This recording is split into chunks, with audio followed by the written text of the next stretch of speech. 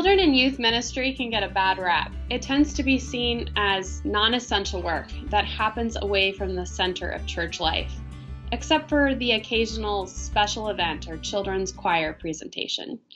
But what if I told you that children's ministry could be an ongoing and creative work between children and the rest of the worshiping congregation? A partnership that belongs to every member, and one in which each person is welcomed and has responsibilities to the whole community. We can begin with rethinking one phrase that I hear often in my own ministry. Children are the future of the church. I begin here because it's a common refrain, and it comes from a deep-seated anxiety. Maybe the church and her numbers are diminishing, and we need to cling to every last hope. So children's ministry and keeping children in church are important because they make it possible for the church still to exist in another generation. But the problem is that children are not the future of the church. Children and young people are full participants and members of the church now, members of the worshiping congregation that are just as important as any other of our gathered members. And gathering the assembly of the faithful of all ages is part of our common work as a church. Thinking of children's ministry as a partnership then begins here.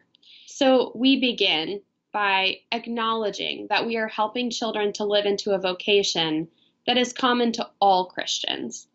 And our common vocation is to worship the living and triune God.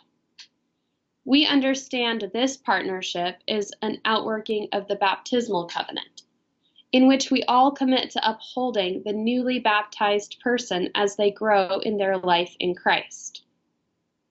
We see our own work to welcome children into worship as an extension of Jesus' own ministry, one in which he welcomed those on the margins and those without a voice, and specifically commanded his disciples to let the children come to me. This begins to reframe our own participation in worship. It's common to approach worship as consumers. We worry that welcoming children into church and worshiping together will be disruptive, and it might, and that we will fail to get anything from worship if it is disruptive. But when we think of worship as a creative partnership in which the end is to worship the living God, we can see the ways that we encounter God together as a beloved community that is called into being by God. We can see the struggle to train our youngest members as one of the gifts of our worship together. So welcoming and training children in worship is part of our act of worship.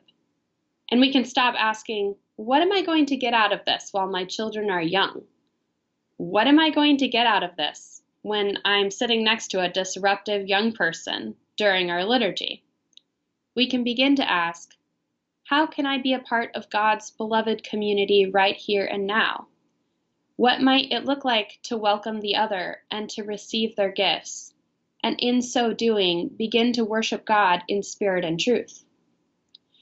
That means that in welcoming children in worship and in training them in worship, we must be open not only to the transformation of the child or young person, but the transformation of ourselves and our congregations, so that we can be more oriented not to ourselves, but to God. And finally, welcoming children in church reshapes our approach to children's ministry, because we can begin to see it as an act of radical hospitality, one that is countercultural. In a place and time when children are often seen as an accessory, they can also become one of the members of the living church of God.